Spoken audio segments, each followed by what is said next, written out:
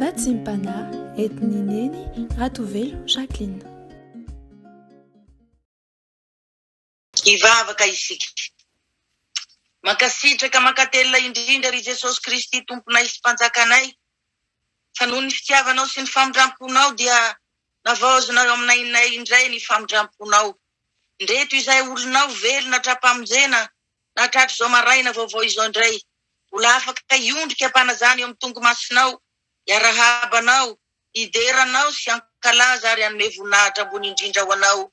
Satria Andriamanitra masina sy be voninahitra loatra ianao. Andriamanitra tsara sady mpanao tsara. Ianao ilay Andriamanitra ray ny mandrakizay, andriny fiadanana. Ianao ilay manana ny fanapahana eo antsorokao ary ny fanafeno Andriamanitra dia ampelantananao. Ka iza no atohitranao. Saotranao ihany koa zay Tompo, mbola nomenao tompo-pahasoavana iatrika indray izao fotoam-bavaka masina izao. Ary koa mbola afaka andrea ny afatrao, ny fampianarana avy aminao, mba hanazava ny lalanay, anova sy anitsy ny lalandisonay rehetra. Ko mangataka aminao zay Tompo, mba meteza amenao nay tsirairay avy zay rehetra vory eto, ny hery ny fanahy masinao, mba tena ho tafaray tanteraka aminao zay Tompo malala. Ary koa mba afaka andray tsara ny afatrao rehetra, hitahiry zany ao amponay, ary koa ampiatry zany ao amin'ny fiainanay ray manontolo.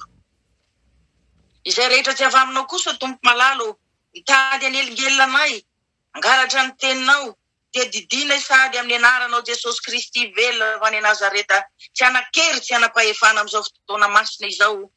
Dory any amin'ny farimy rehetra avy Jesosy ho may mandrakizay. Dia mitenena aza Tompo malalo, fa vonona iainao anao zay mpanomponao. Amen. Dia mbola faly miarabantsika rehetra amin'ny anaran'ny Tompo havana, ary koa faly manonona ho an'ny tsirairay avy, ny fahasoavana ho mba-piadanana avy amin'Andriamanitra ray sy Jesosy Kristy Tompo, ary ny hery fampiraisana avy amin'ny fanahy masina. Amen. Ny teny izay angalatsika fampahirezana androandry havana, dia izay hitatsika ao amin'ny Matteo 5:10, ny 10:10 ka hatramin'ny 17:10. Matteo 5:10, ny 10:10 ka hatramin'ny 17:10. Rehefa hita dia iarahantsika mamaky amin'ny anaran'i Jesosy Kristy Tompo ny teny. Ary ny antso ny vahoaka ankeo aminy izy ka nanao taminy hoe miainoka mahafantara. Tsy izay miditra ao mivava no mahaloto ny olona, fa izay mivoaka mivava izany no mahaloto ny olona. Dia nankeo aminy ny mpianatra ka nanao taminy hoe fantatrao va fa tafitohina ny fariseo raha nandray izany teny izany? Ary izy namalika nanao hoe ny zavatra rehetra zay tsy nambolen'ny raiko izay any an-danitra dia hongotana. Amen. Izany teny andinitsoratra masina izany indray ry havana no andeha angalatsika vatsim-panahy ho amin'ny androany.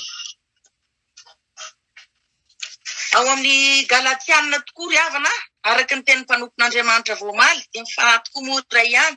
Ao amin'ny Galatianina 5:10, ny 2:20. Ao dia milaza koa fa be dia be ny vokatry ny fanahy masin'Andriamanitra. Ao ny fitiavana, ao ny fifaliana, ao ny fiadanana, faharim-po, fahamoram-panahy, fahanaovan-tsoa, fahamarinana, fahalemem-panahy, fahononam-po. Ary rehefa tena mameno sy manapaka ao anatintsika tokoa ny fanahy masin'Andriamanitra, dia tsy maintsy mameno antsika tokoa ireo vokatry ny fanahy masina rehetra ireo. Hoy tokoa mantsy ny tenin'Andriamanitra hoe ny azo tsara rehetra dia mamovo voatsara, fa ny azo ratsy rehetra kosa dia mamovo voaratsy. Fantatra ihany koa fa izay rehetra novokaritsika no mamaritra ny ao anatintsika. Noho izany, inona ary ireo novokaritsika isan'andro? Namokatra fitiavana ve isika? Namokatra fiantrana sa namokatra famindram-po? Namokatra fandeferana sy fanetretena ve ary fahalemem-panahy ihany koa isika? Sa kosa sanatria namokatra avinavina, fialonana, fiaremana, fitiavatena ihany koa? Na koa namokatra firehirehana, tsy fahaizana mandefitra, tsy fahaizana manetry tena ihany koa?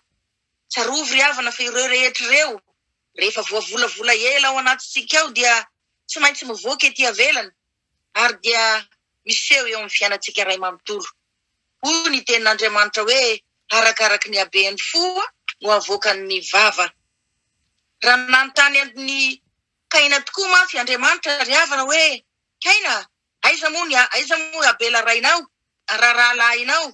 Dia hoy Kaina namaly hoe asa, anga izany tandrina ny rahalahiko. Hita miariary amin'izany ry havana fa ny vokatra tao anatin'ny Kaina dia avinavina. Andriamanitra ilay nahary ny lanitra sy ny tany ve no miresaka aminao, dia teny avinavina no amalinao azy. Hita ihany koa fa tsy manaja an'Andriamanitra Kaina, tsy manana fahalemem-panahy, tsy mba mahay manetry tena be fialonana. Izany vokatra avoakany izany no mamaritra ny tao anatiny.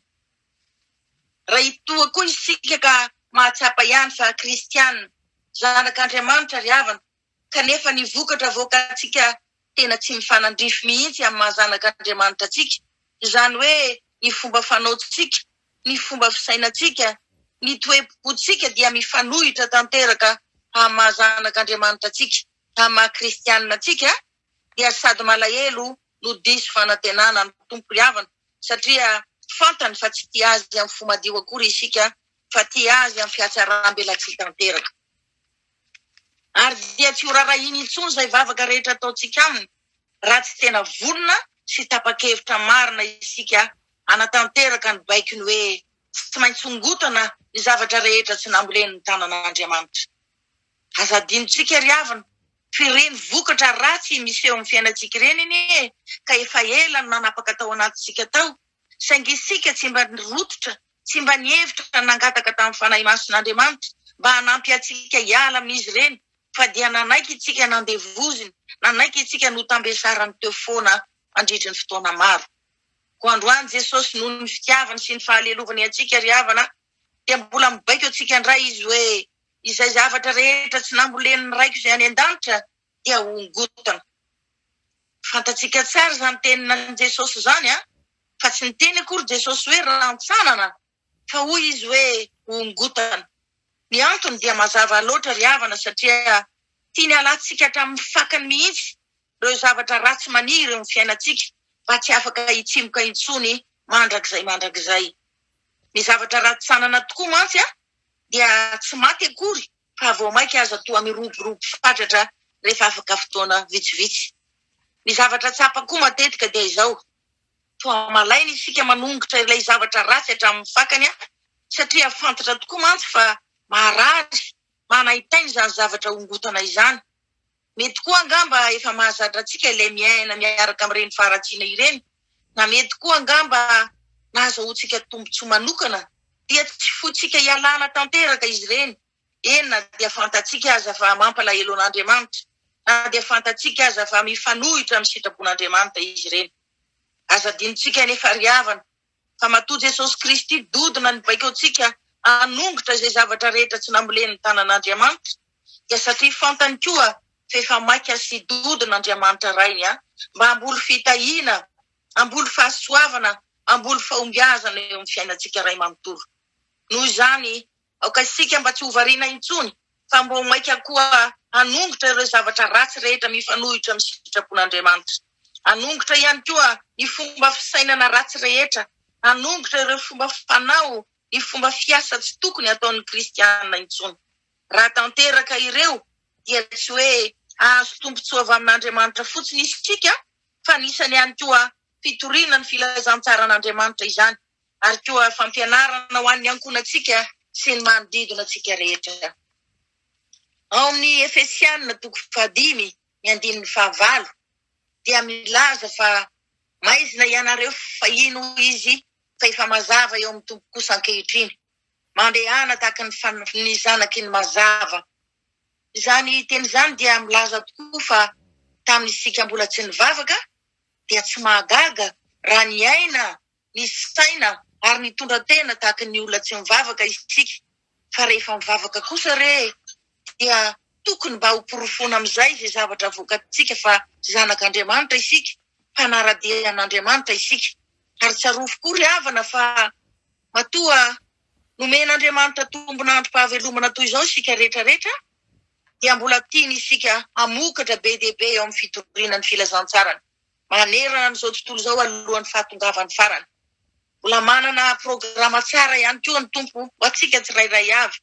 Dia hevitra hitondra fiadanana, fitahiana, fahasoavana ho antsika rehetrarehetra mpanaradia azy.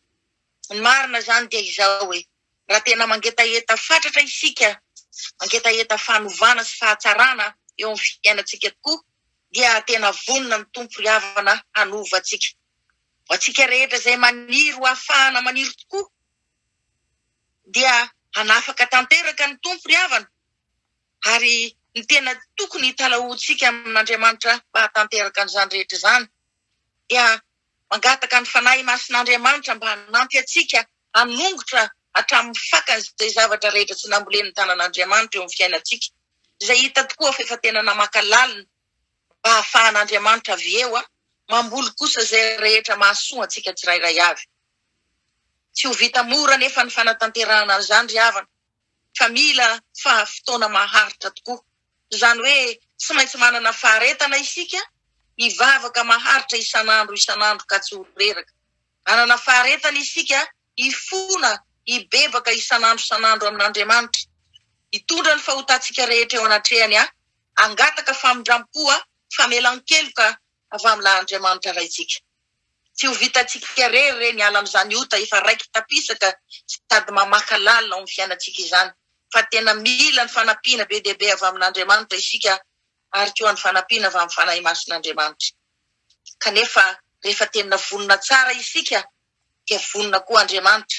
Aza matahotra intsony, fa hoy Jehovah amin'ny Isaia 9:20, ny 7 tapany B manao hoe izaho ampiteraka nefa ampikombona indray va hoy Andriamanitra ao, koa manantena sy matoky azy fa ataony tanteraka izay rehetra mahasoa sy mahatsara antsika rehetrarehetra. Amen. Iondrika hivavaka isika. Misaotra betsaka indrindra ry Jesosy Kristy tomponay sy mpanjakanay, fa ninona fa ratsinay sy ditra ny fonay dia tsy mba netikivy sy sasatra taminay ianao. Tsy mba nanala taminay mihitsy ny fitiavanao sy ny famindramponao, fa mbola mandefa ny teninao foana ianao isan'andro mba hanamboarana anay ary koa anitsihana ny fiainanay izay diso rehetra teo aloha. Malahelo sy honena tokoa mantsy ianao Jesosy, satria mianjaanja eo anatrehanao avokoa ny fifikiranay amin'ireny karazam-pahotana maro isan-karazany ireny. Hitanao ihany koa fa tena tsy mihevitra mihitsy izahay ny ala amin'izy ireny, satria efa tena lalipaka loatra toy ny tandra vadikoditra ka marary raha ongotana. Eny, fa na dia fantatray tokoa aza fa tsy mifanaraka amin'ny sitraponao Andriamanitra. Tsapanay anefa fa tena dodona tokoa ianao, hanafaka anay ao anatin'izao karazam-pahotana maro izao, satria efa tena tombotra tokoa ny farany. Dia mbola miteny aminay indray ianao androany hoe izay rehetra tsy nambolen'ny rainao izay any an-danitra dia ongotana. Misaotra betsaka tompo malala, nanokatra ny masom-panahanay rehetra ianao, fa hay tokoa ireny zavatra ratsy be dia be teo amin'ny fiainanay ireny no kolokoloanay ela tao anatinay, no mamary, no naniry, ny tombo, ny velatra ka nivoaka teo amin'ny fiainanay, ary dia namaritra ny toetranay ray manontolo. Reo Jesosy no nanakana ny rainao, tsy afaka namboly fitahiana fahasoavana teo amin'ny fiainanay. Ankehitriny izay tompo, mangataka mitalao aminao, mba hampio izahay amin'ny alalan'ny fanahy masinao, hanana etaeta fatratra, hanongotra ireo karazam-paratsiana maro izay mamatotra anay. Mba hampio ihany koa izay tompo, mba hiverina amin'ilay fitiavana voalohany, ny tiavana ianao, ka tsy hisy avelanay na dia kely aza hanakana anay tsy iray aminao, tsy hisy avelanay na dia iray aza hanakana anay tsy hivavaka, tsy hifona sy tsy hibebaka aminao isan'andro. Ampio ihany koa izay tompo, ho tianao bebe kokoa, hanajanao sy hankatoanao, ary hanatanteraka ny sitraponao rehetra. Ka dia voaongotra avokoa ireo zavatra ratsy rehetra tsy nambolen'ny tanan'Andriamanitra, izay nanakana azy tsy amboly, ary koa hanatanteraka izay rehetra mahasoa sy mahatsara ho anay tsirairay avy. Ny voninahitra dia ho an'Andriamanitra irery ihany. Amen. Raisoa ny tso-dranomasina avy amin'Andriamanitra raitsika. Andriamanitry ny fiadanana ny masina nareo samy ho tanteraka, ka aoka arovana avokoa ny fanahinareo sy ny ainareo ary ny tenanareo ho tanteraka ka tsisy anatsiny amin'ny fiavian Jesosy Kristy tompontsika. Matoky izay miantso anareo sady izy ihany no hanefa izany ho tanteraka tokoa an'izany amin'ny anaran'ny Ray sy ny Zanaka ary ny Fanahy Masina. Aleloia, amen. Mahereza avokoa ry havana.